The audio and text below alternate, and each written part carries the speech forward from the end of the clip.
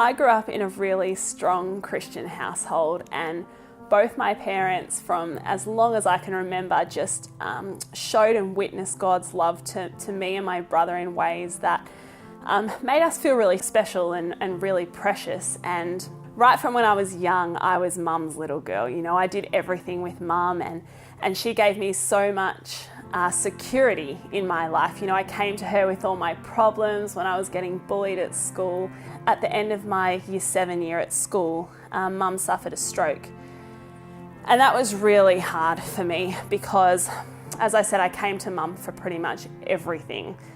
And she survived that stroke, praise God, but it did take away a lot of her emotional capability.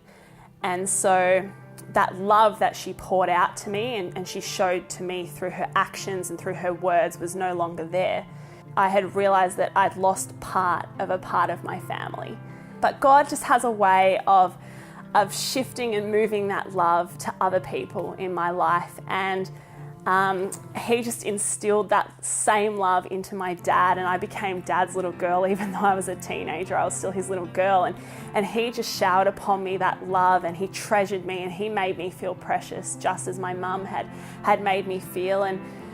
And I think I was really thankful for that, and that was the first time that I really felt God's love in my life, and as I was figuring that out.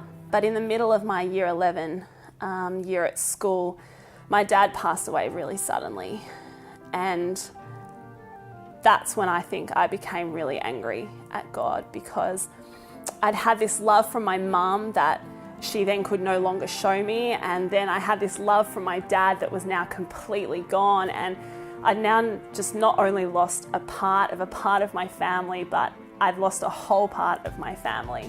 And that was just so hard. I can't describe it in any other way. As a woman, I was just no longer, I guess, being built up and encouraged by my family. And I didn't really know what to do. So I was angry at God, and I walked away.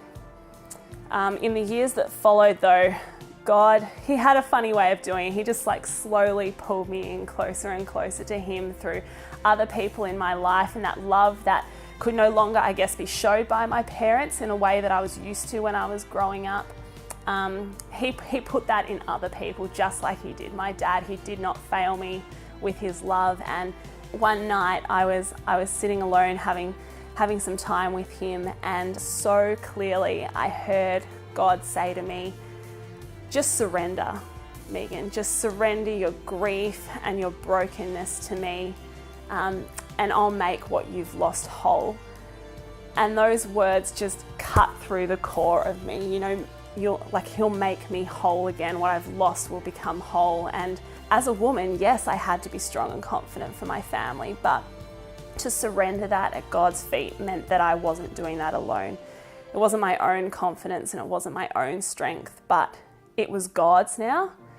And that was so empowering to me. And from that moment onwards, I stood up and I walked with a new confidence. I walked knowing that God was my strength. Just every moment in my life now, I just choose to surrender to him, to lay it down at his feet, and know that when I get up every day, I'm walking in confidence and in strength in him.